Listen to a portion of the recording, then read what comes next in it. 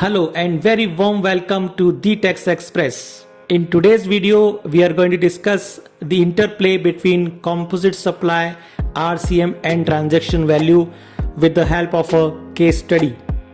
In this case study, there will be two situations and we will be understanding the impact of RCM, composite supply and transaction value provisions under GST that will enable us to understand the interplay of these three different concepts in GST.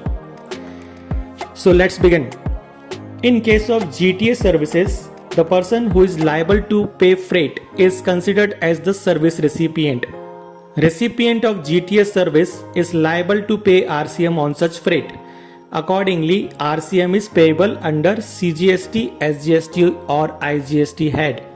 Consider a situation where, as per the terms of contract, the supplier is liable to arrange transportation from his business place to the recipient's premises and also pay freight on it. In this case, there can be two possibilities based on which the interplay of composite supply, RCM and transaction value comes into picture. Let's first analyze situation 1. The supplier is liable to pay freight and arrange transportation. As he is liable to pay freight, he is the person who is deemed to be the recipient of GTA services and hence liable to pay RCM as well. RCM shall be paid in cash and the supplier concerned can claim input tax credit on such RCM. This is the RCM position. Now, what will be the transaction value in this case? Will it be inclusive of freight or not? And if yes, what shall be the rate of tax applicable on the whole transaction of consolidated billing is done? Let's find out. If freight is payable by the supplier, section 15 subsection 2 clause C will come into picture.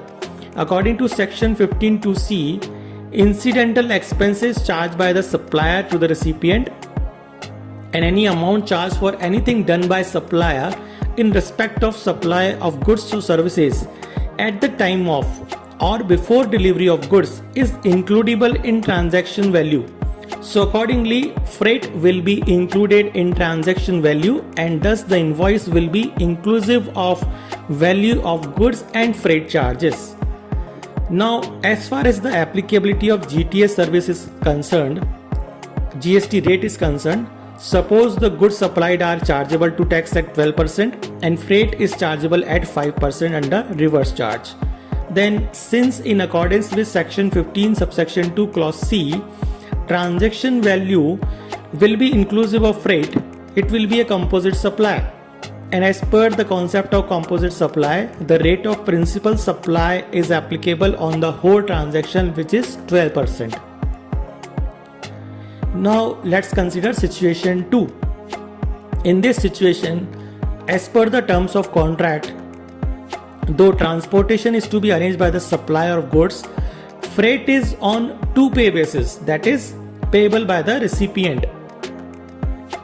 In this case, section 15 to C will not come into picture because freight is to be paid by the recipient and accordingly transaction value will not be inclusive of freight.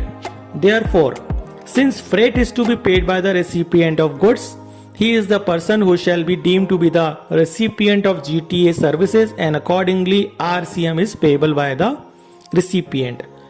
So these are the two different situations which helped us to understand the concept of RCM, transaction value and composite supply and the relationship between these transactions.